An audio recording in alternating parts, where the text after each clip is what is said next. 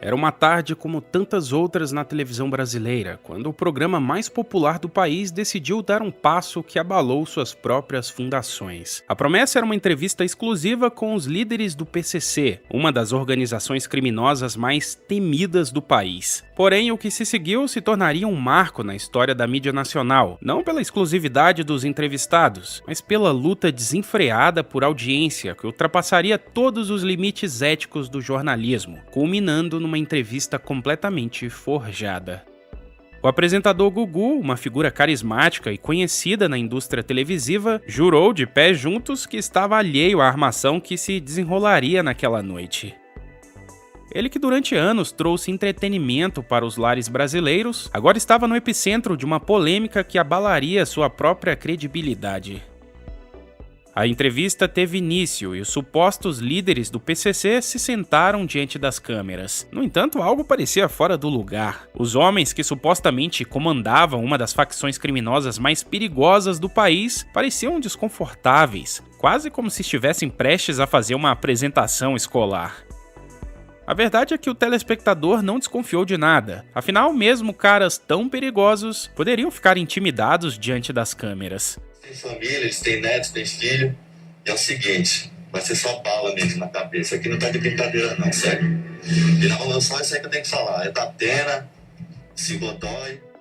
O conteúdo dessa reportagem é o que mais chamou atenção. Os supostos integrantes do grupo disseram que iriam tirar a vida de muitos famosos, entre eles os apresentadores da Atena, Oscar Roberto Godoy e Marcelo Rezende, além do vice-prefeito de São Paulo à época, Hélio Bicudo. Nos dias seguintes à entrevista, a repercussão foi imensa. Da Atena, Marcelo Rezende e o Hélio Bicudo se pronunciaram completamente indignados com a produção do programa do Gugu. Naquele momento ainda não se sabia se a entrevista era falsa ou não, mas os apresentadores e o vice-prefeito já desconfiavam. A primeira é que eu, na realidade, não acredito que isso tenha vindo do PCC.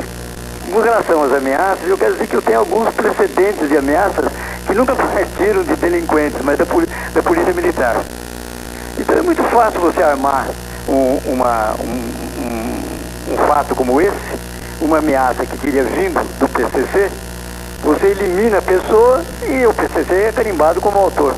Claro! E você tira, então, o seu corpo, né, desse problema e cria um álibi imbatível. Sabe, só estou rodando isso para dizer que esses caras não devem ser de PCC coisa nenhuma. Isso aí é lixo, sabe?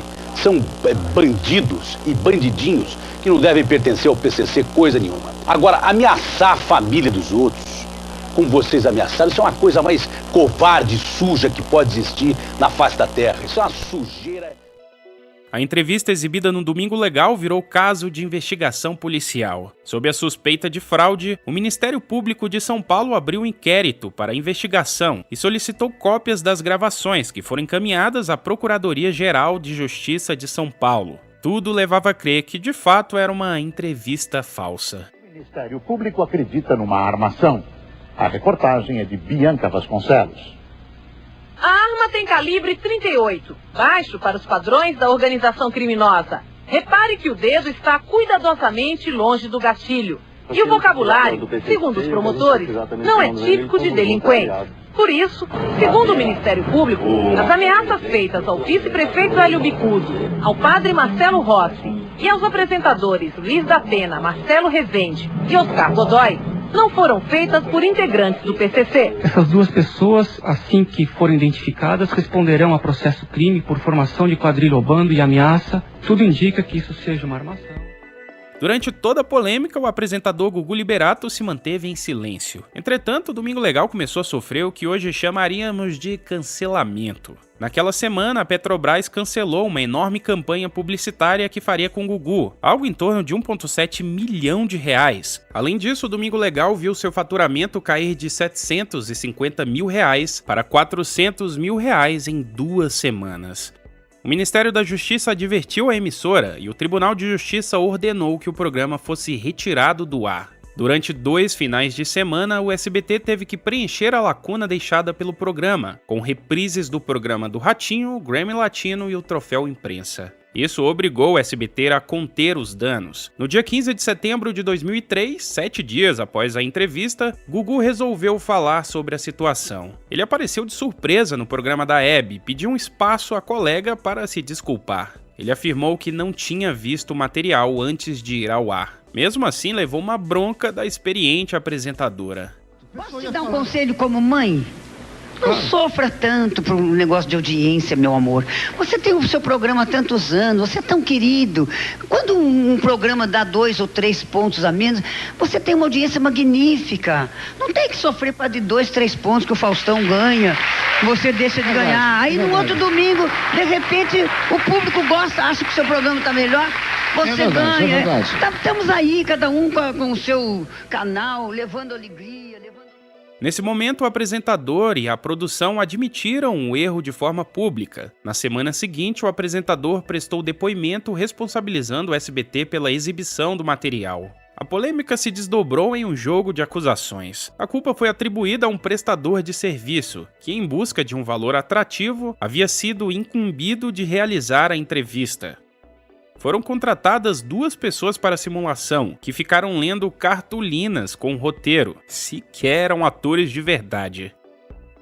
Mas como um programa de tamanha importância não fez as devidas verificações de autenticidade antes de apresentar uma entrevista tão sensacionalista e potencialmente perigosa? Pois é, isso ninguém tem a resposta. A credibilidade do programa estava em ruínas, o público se sentiu traído e a confiança na mídia sofreu mais um golpe. Afinal, como poderíamos confiar nas notícias e informações apresentadas na televisão quando uma farsa desse calibre podia ocorrer em um dos programas mais assistidos do país? Muitos dizem até que esse foi o início do fim do sucesso avassalador que era o programa Domingo Legal, que foi acabando aos poucos até culminar na saída do apresentador em 2009.